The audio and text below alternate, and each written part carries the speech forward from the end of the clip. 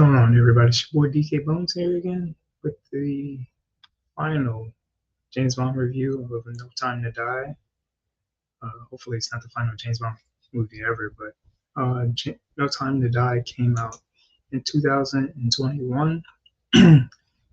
It is the 25th in the James Bond series. It is the fifth and final to star Daniel Craig as the fictional James Bond character, British agent James Bond. The plot follows Bond, who, after leaving active service with MI6, is recruited by CIA to find a kidnapped scientist and eventually confronts a powerful and eventual adversary armed with a weapon capable of killing millions. No Time to Die was directed by Carrie Joey Funkona from a screenplay he co-wrote with Neil Perverse, Robert Wade, and Phoebe Waller-Bridge, and we'll get into her later. Based on story conceived by Perverse, Wade, and Funkano, messing his name up. In addition to Craig, Louis Sedux, Ben Whishaw, Naomi Harris, Jeffrey Wright, Christopher Waltz, Ray Fiennes, Rory Kinnear, reprised roles from previous films, Raymond Malik, Lasha Lynch, Billy Magnus, Anna de Armas, David Tisek, and Dale Bensala appeared in roles. The film began in 2016. David Boyle was originally attached to direct and co-write the screenplay with John Hodge, which they probably would have been far better doing. Both left in August due to creative differences, and Funkum Slump Funk was announced as Boyle's replacement 1 month later. Most of the cast had signed on by April 2019. Principal photography took place from April to 2019, October 2019. No Time to Die is the only James Bond film starring Dan Craig that was not co-produced by Columbia Pictures due to expiration of the deal between MGM and Sony. It's also the only Bond film to be distributed by United Arts, releasing a joint venture between MGM and Annapurna Pictures. Billie Eilish performed the song "No Time to Die" with Hans Zimmer closing the score, and Steve Mazzaro serving as a score producer. After a delay, Boyle's departure, and later by the pandemic, No Time to Die premiered at the Royal Albert Hall in London on 28th of September 2021. It was released in the United Kingdom on the 30th of September, United States on 8th of October. The film received general positive reviews from critics and grossed over $674 million worldwide, becoming the fourth highest-grossing film of 2021 and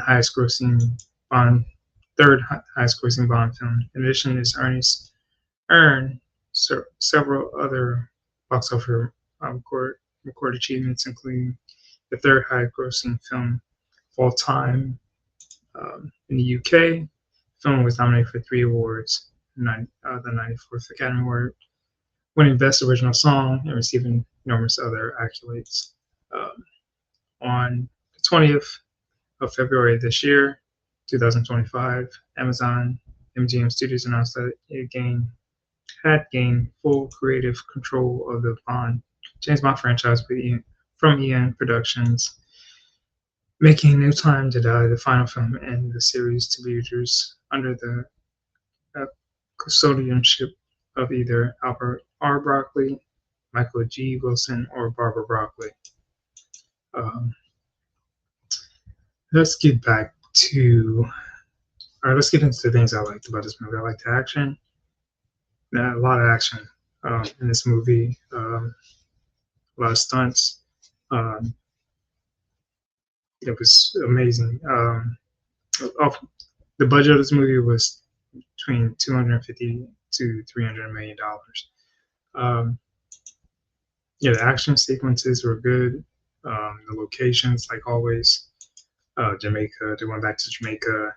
Uh, I think I don't know if they mentioned they were in Italy, United Kingdom. Again, Ray Fiennes was good. Greg was good. Um, brought Jeffrey Wright back. He was good. Naomi Harris was good. Um, and some of the supporting cast were good.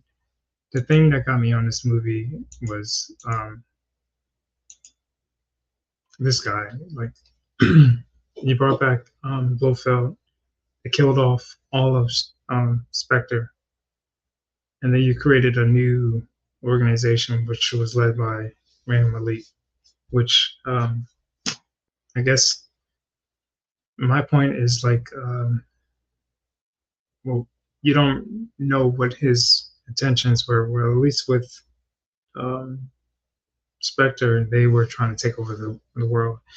I think he just it was never really told. I think he just had a hatred for the world or whatever.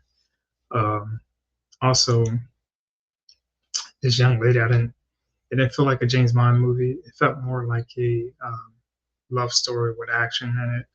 Um, this could if James Bond wasn't attached to this, I think I would have had a problem with it. But killing off Daniel Craig, having this love story, um, like he already did that with the first movie with Casino Royale, where he was betrayed and everything, and then he gets betrayed again in this movie in the beginning. Well, I thought he was getting betrayed, but it just seemed like they went back to Casino Royale, and um, another thing was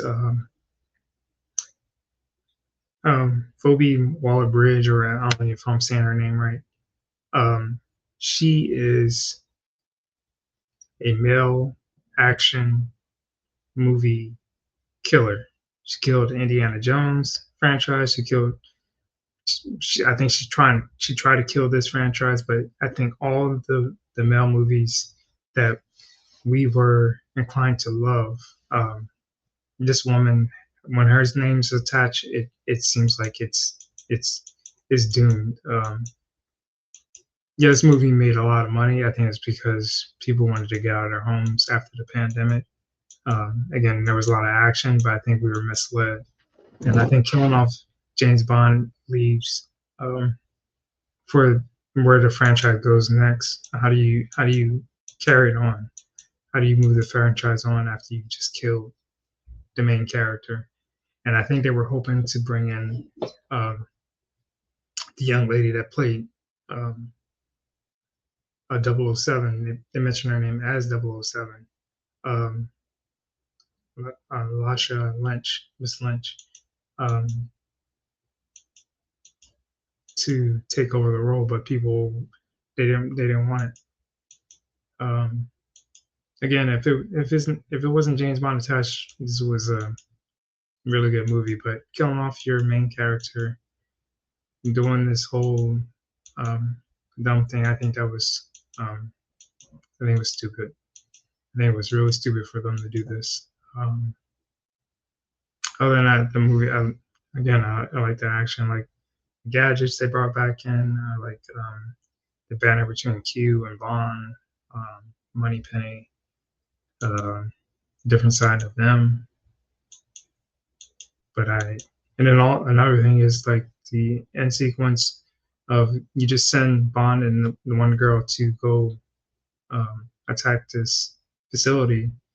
And James Bond movies before and the You Only Live Twice, Thunderball, um, Goldfinger, all they would have like an entourage of people um, helping to this global thing to stop this. Um, yeah, I think this movie, the plot was all over the place with this when you sit back and really look at it. It's like, why would you do that if it's really a global situation? And then I can go on killing off Felix Leiter, killing off Bond. It just I don't think Phoebe Waller-Bridge likes men at all, or likes men action movie led movies.